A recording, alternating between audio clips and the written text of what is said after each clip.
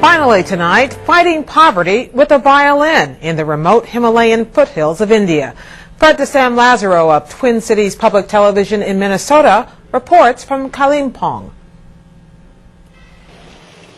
It's 7:30 a.m. and the kids are off to school in Kalimpong in the Himalayan foothills. Like elsewhere in India, schools are mostly for the middle and upper classes. Many were started by Christian missionaries back in British times, when this area became a refuge from sweltering cities like Calcutta. A couple miles downhill is the newest missionary school, named not after a patron saint, but the father of modern India. At Gandhi Ashram, it is the first day of a new school year. Father Thomas Edward Maguire, a Jesuit priest, is choosing his newest kindergarten.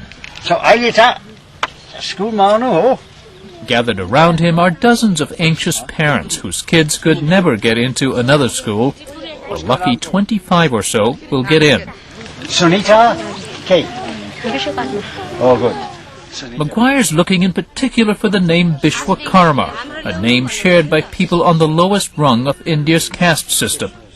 We're trying to pick the poorest we can find. If someone comes and tells me my name is something, Bishwakarma, then they've made 80% on our entrance test that we have here, you see. Admission is most immediately a meal ticket. Between the Nutrella and the vegetables they get in the curry here, it's a rather well-balanced meal. Plain, but very nutritious. And this is something that they would not get in their own homes That is normally. certainly, yes. You'll see after they finish the meal here how they'll start running around, sort of giving other witnesses to the presence of a nutritious meal. There's not much equipment or playground to run around on, but instead of cricket bats, every child here, almost from day one, is provided a violin.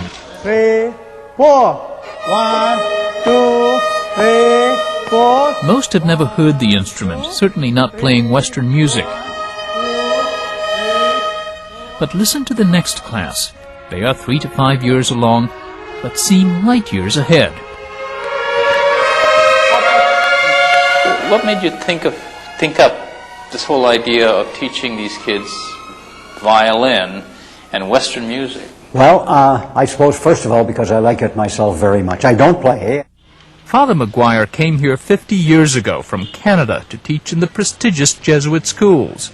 But Maguire also worked the streets, trying to bring into the schools children of people he called coolies or laborers. Because their children were more likely to be academically behind, Maguire began looking for activities at which they could excel.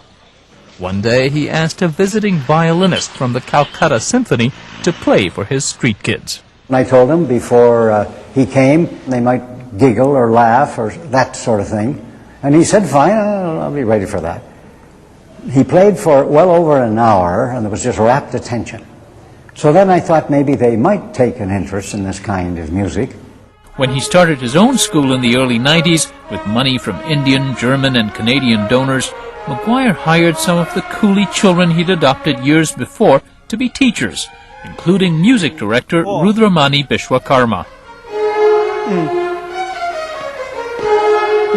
Rudramani was a boy who had, as we proved later, extraordinary ability in music, native ability. Now, I first met Rudramani on the streets of Darjeeling when he was 7 or 8 years old.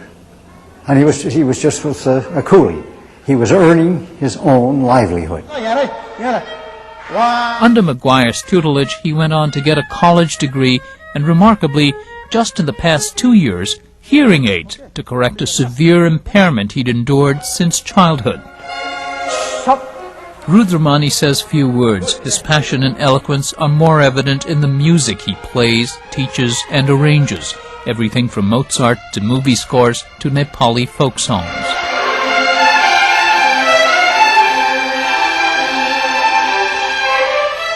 I would bet you that 95% of the children I have here have never owned a toy.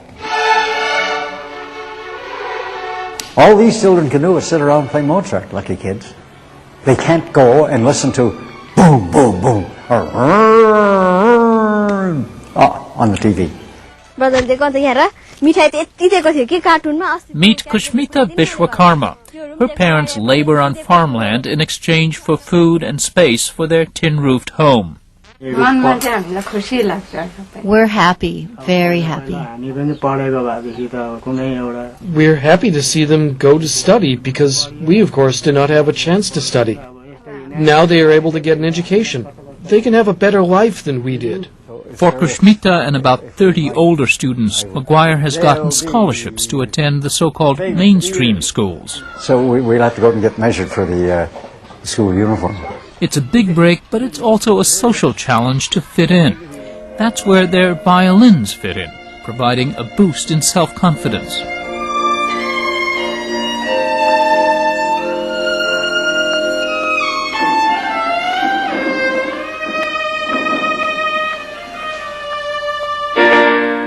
I used to play violin. I used to play solo songs and all, like Hindi, Nepali songs, no? And they all used to love me playing violin.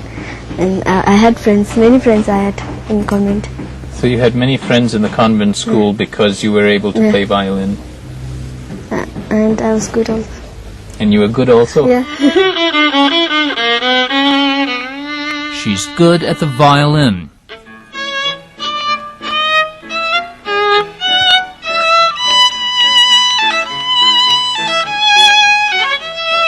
So good she was pulled out of school to be tutored by a visiting German music teacher in hopes of attending one of Germany's most prestigious conservatories. Before I didn't know the rules and the way how we should play violin. She taught me how I should hold my bows and how should I catch the violin.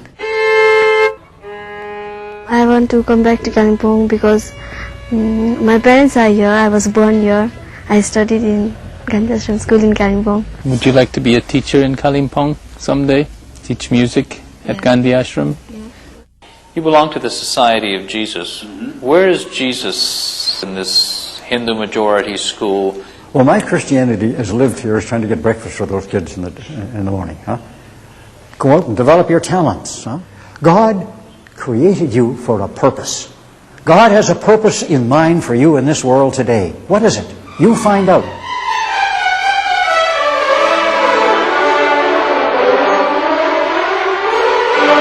He says few of these kids would likely want to make a career as musicians, but music has been their ticket to an education and a ticket out of generational poverty.